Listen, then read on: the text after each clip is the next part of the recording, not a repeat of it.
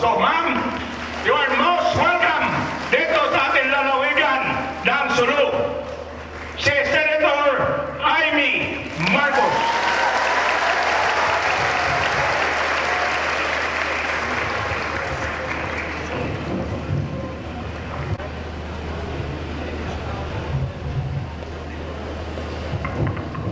Maraming salamat sa ating pinakamamahal na gobernador sa Courtan, the one and only. Ayan, classmate ko yan nung nag-gobernador ako, magkasama kami, pero siya yung pinakasikat, siyempre. Alam naman ninyo, iba ang Sakur. Kami paminsan-minsan ng gobernador, siya forever governor. Talaga naman, Governor Emeritus, Assalamualaikum, warahmatullah, wabarakatuh, Mariaw Maynaat.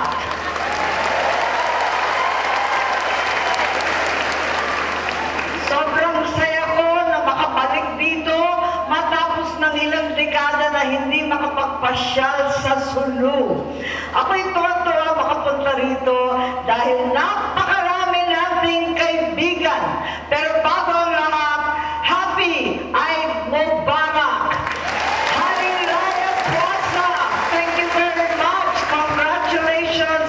After the sacred month of Ramadan, we are here to celebrate together. Tapos na ang puasa, andito naman tayo at Eid Mubarak. Talagang tuwan-tuwa po ako. Andito rin ang lahat ng ating mayor. Nako, isa-isa, kilala ba ninyo yung mayor natin? Hello, Mayor Tan! Tapol Mayor Daud! Ang ating panglimatahil Mayor Muhammad Mustafa Burahan. Palakpak naman kayo, oy! Indanan, Hermot, Maimbong, Sheila, Hayudini, Pangkalan, Akri, Parang, Alcadar, Long. Ako, sa mga pangalan pa lang, eto na yung mga allies and friends ng dating Pangulo Ferdinand Edralin Marcos na nanatiling mga loyalist pa rin sa aking pamilya. Maraming salamat. Talibaw Mayor Tulawi, kami nga na Kalawang Mayor Halon, Log Mayor Arbison, Omar Mayor Ajibon, Palabaw Mayor Abdurrajak, naku naman, talaga naman, Sounds family kayo lahat. Pandabi Mayor Berto, Panlimang Mayor Munib Estino, Patang Mayor Burahan, Siasi Mayor Muksan, sana makabalik ng Siasi, kaganda-ganda, Tongkil Mayor Widfar sa Hindula, and of course, a long time na hindi makapagpasyal, andito tayo sa ating tinatawag na Sulu College na malapit na sana. Ayan naman. Noong 1982, alam ninyo, ang tatay ko, abalang-abala na magkaroon ng eskwelahan sa Sulu. Ang sabi niya, this is a historical injustice that must be put to right. Hindi tama na laging nakakalimutan, laging nahuhuli ang mga kapatid nating Muslim. Bakit sila lugi sa kasaysayan? Lugi pa rin sa progreso. Kaya nagkaroon noong 1982 ng Sulu College. At ngayon, pinagpipilitan ko through Senate Bill 2319 na final ko noong Hulyo na itong eskwelahan ninyo na college ay maging full-blown university na. Palakpak kayo ng palakpak, wala pa.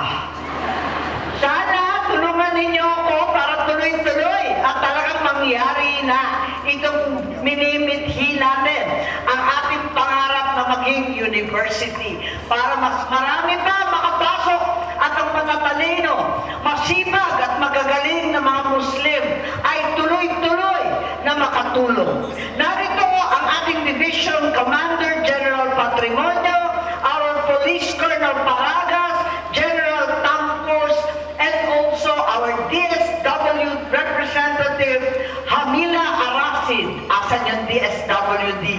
Andyan. Waay pakpak, sus mga estudyante.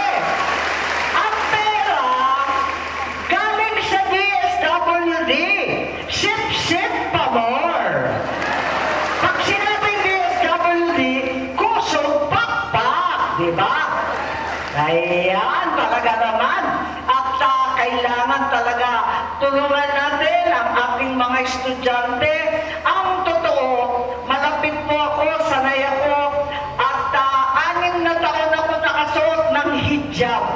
Dahil matapos yung EDSA, eto nga ang mahabang kwento. Sa ating mga kabataan, wala pa kayo nun. Yung ibang mayor, mga bagets pa, noong 1970s and 80s, walang tigil ang putukan sa Sulu Archipelago. Aminin natin, ang gulo ng katapusan, sumusuko na yung sandatahang lakas, at lahat ay magulo. Akala namin wala nang kinabukasan, hindi na makabalik sa Sulu, at napakagulo. Pero, dahil sa tulong ng ating mga liderato rito, dahil sa pagkakaisa, sa tinatawag nating policy of attraction, imbes na gera, hanap buhay. Imbes na bala at gulo, universidad at pag-aaral.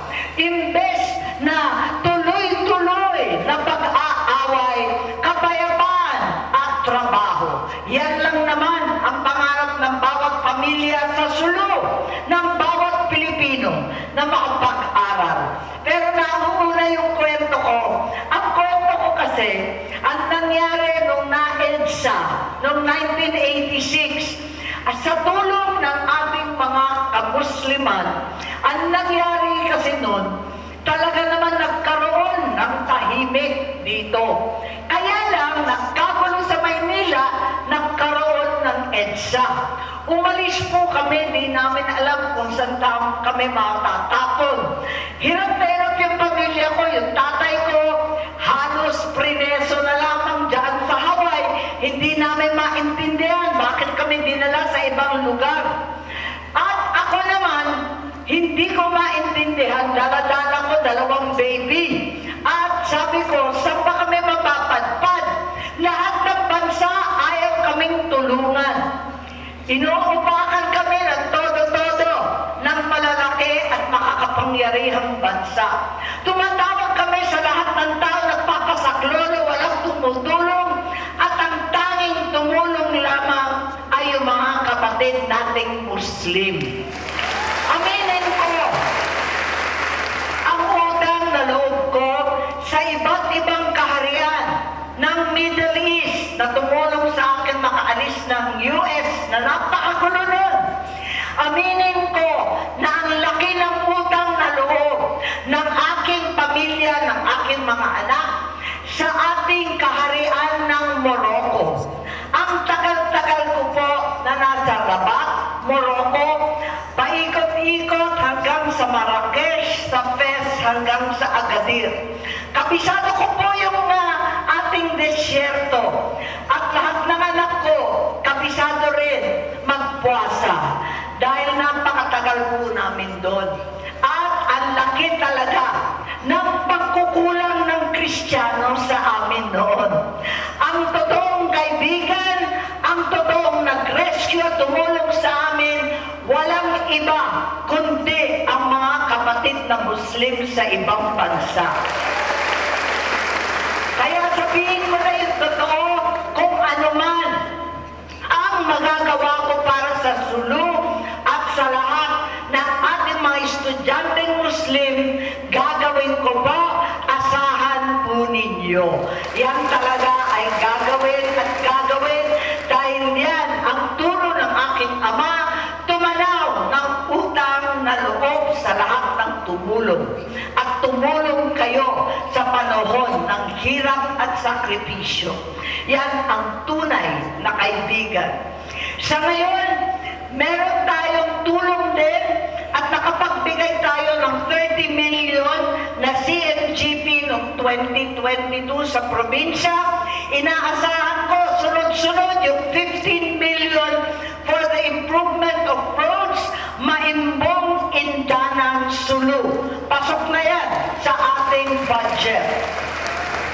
Asahan natin na tuloy-tuloy po ito at yung ating Holo Circumferential Road ayon sa ating final na Senate Bill 2261 sana ma-convert na sa isang national road para tuloy-tuloy ang pag-unlad ng Sulu. Pero sa ngayon, ang gagawin po natin, dahil alam naman natin sa gobyerno, lagi naming sinasabi, edukasyon ay libre.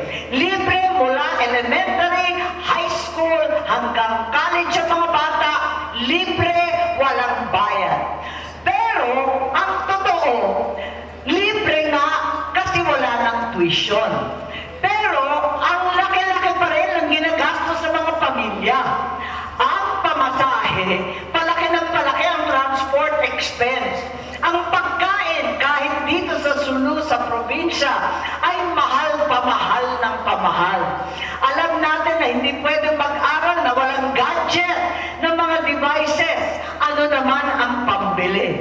Kaya, sa araw na ito, mamimigay tayo gamay na kulig, konting tulong sa ating mga estudyante, 5,000 pesos kada isa sa 1,000 estudyante.